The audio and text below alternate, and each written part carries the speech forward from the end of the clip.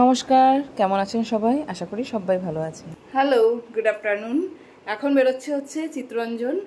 আর অর্চির মানে 3 থেকে 4 দিন মতো ছুটি ছিল। শুক্রবার থেকে শনি, রবি, সোম, মঙ্গলবার অবধি ছুটি আছে। তো কালকে অবধি ছুটি আছে, কিন্তু কালকে আবার টিউশন আছে, তাই জন্য চলে আসবো হচ্ছে 3টে-4টে নাগাদ বেরোবো। এখন প্রায় বাজে হচ্ছে, এখন বাজে 1:30 বাজে। তো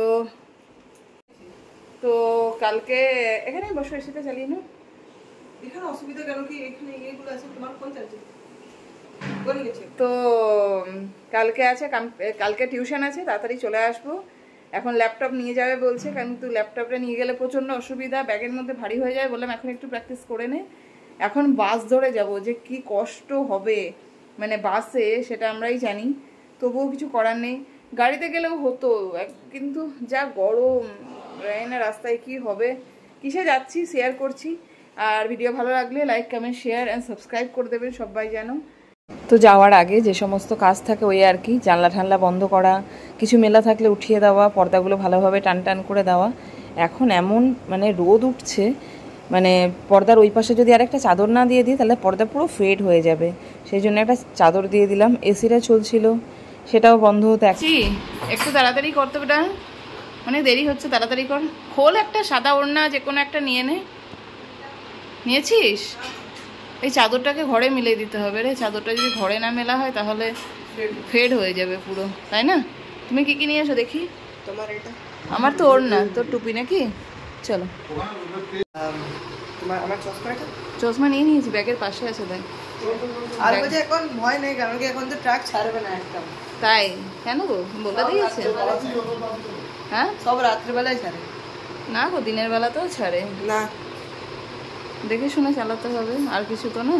গাড়ি নিয়ে যাওয়া মানে এই একটা সমস্যা। কত রোদ রে মা, পুরো একদম গরমে একাকার হয়ে যাব। এখন তুমি টোটোর জন্য দাঁড়িয়ে থাকবে, রোদে একাকার হবে না? টোটোর জন্য দাঁড়িয়ে থাকলে রোদে একাকার হয় কখনো?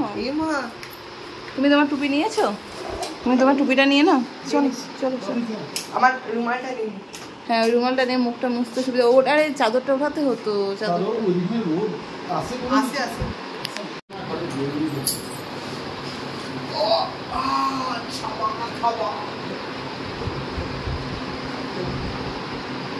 তাড়াতাড়ি করা হচ্ছে, দেরি হচ্ছে। তেল ভরে তো বাবা, হ্যাঁ, বাবা তেল ভরে। কিন্তু ব্যাপার হচ্ছে যে রাস্তাঘাটে বিশাল প্রবলেম হবে, কিন্তু দেখে চালাতে হবে বাস। আর এই উপরটা একটা চাদর দিতে, নাহলে এই চাদরটা খারাপ হয়ে যাবে। হ্যাঁ, এইটার উপরে একটা চাদর দিতে হবে না, নাহলে খারাপ হয়ে যায় যদি। এইটার উপরে? হ্যাঁ, এইটার উপরে বেরিয়েছিস? ভাই বলছে এখনো বেরোতে পারেনি তো। দিদি বলছে হ্যাঁ হ্যাঁ বেরিয়ে গেছে। আমি ভাবছি বাসে যাই। না না, সত্যি করে বলছি। মাম্মা আমরা গেছি তো আগে, ভয় করছে তো আগে গেছি, এখন ভয় করছে? বাহ, আগে তো প্রতিবার আমি ইয়েতেই গেছি। এ ভয় করছে। মানুষের সাহস জোগানো উচিত। তো ডিসিশন নেওয়া হলো যে স্কুটি করেই যাই। আসলে 1 ঘন্টার রাস্তা, 26 কিলোমিটার মতো রাস্তা, স্কুটিতে গেলে এতটা মানে টেনশন হয়। সারা রাস্তাটা বাইপাস, তো বাইপাসে এত ট্রাক চলে, জোরে গাড়ি চলে হাই স্পিডে। তো কোনো রকমে ঠিক হলো যে ঠিক আছে যাই, দুপুরবেলা একটু হয়তো বাস বা ট্রাক একটু কম চলবে, সেই হিসাবে চলে এলাম এখানে। আর এসে দুপুরবেলা মাদের সাথে গল্প করতে খুবই ব্যস্ত ছিলাম। সন্ধ্যাবেলা মানে আমি অ্যাকচুয়ালি ওখানে চুড়িদার বানাতে যাব বলে, মানে এসেছি চুড়িদারটা দিতে যাব বলে, তাই জন্য পুরো রেডি হয়ে গেছি। এখন বেরোবো বাজার। মায়ের এই শাড়িটা এতটা সুন্দর, মানে এটা অর্চিত 2 দিন আগে একটা প্রোগ্রাম ছিল, সেই ভিডিও শেয়ার করব। সেখানে একজন ম্যাডাম এরকম একটা শাড়ি পরেছিলেন, তবে এই রকম না, মানে এক্স্যাক্টলি দেখতে এরকম, তবে খুব মানে একটু সিল্কি টাইপের, দারুণ লাগছিল। তো আজকে আমি এসছি বলে বাড়িতে আজকে নিরামিষ রান্না হবে। এই কচুর লতি আনা হয়েছে, আর আরও মানে এই সর্ষে বাটা দিয়ে কচুর লতিটা হবে। একটু বাবাকে চা বানিয়ে দিচ্ছি। আর এখানে ডাল ভেজানো হয়েছে, টক হবে, ভাত বসছে, আবার নানও হচ্ছে। নান হবে মাশরুম দিয়ে খাওয়ার জন্য। তো এই যে আমি মাশরুমটা বানিয়েছি, আর ভাতের জন্যও হবে মাশরুম যদি ভাতে লাগে। আর এখানে ভাজাভাজি হয়েছে, পোস্ত হয়েছে। আর দুপুরবেলা মা অনেকগুলো শাড়ি রোদে দিয়ে দিয়েছে, বিয়ের মানে বোনের বিয়ে গেল কদিন আগে, সেই শাড়িগুলোকে। এই শাড়িগুলোকে যদি এখন রোদে না দেওয়া হয় এমন একটা বিদঘুটে গন্ধ ছাড়বে বর্ষাকালের, যে সেইগুলো নেওয়া যায় না, গায়ে তো পরাই যায় না। আমি যদিও সমস্ত কিছু তাড়াতাড়ি মানে পরবো, সঙ্গে সঙ্গে কাচবো, কিন্তু বেনারসিগুলো মনে হয় যেন যে থাক, আর 1 বছর মনে হয় বেনারসি কাচতেও নেই। তো এই জন্য জামা কাপড়গুলো রোদে দেওয়া হয়েছে।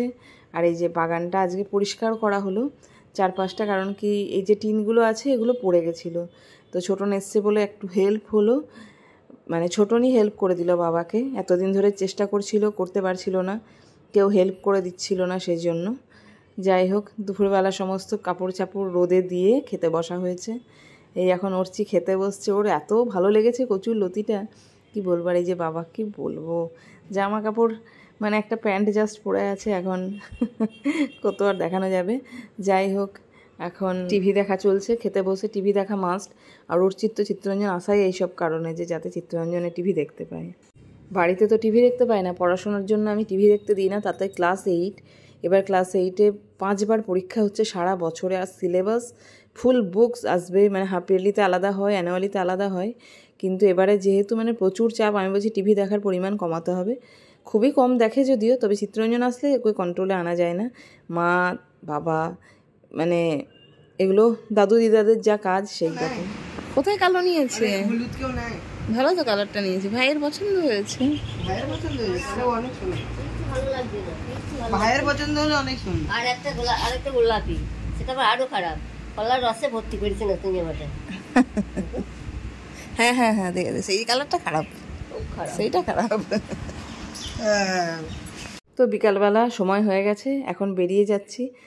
এই যে বাবা, অর্চি যাবে হচ্ছে, বোনরা যাচ্ছে গাড়ি করে, ওদের সাথে গাড়ি করে যাচ্ছে বাবা, অর্ক, বোন আর কাকিমা, আর আমি, মা আর ছোটন যাব স্কুটি করে।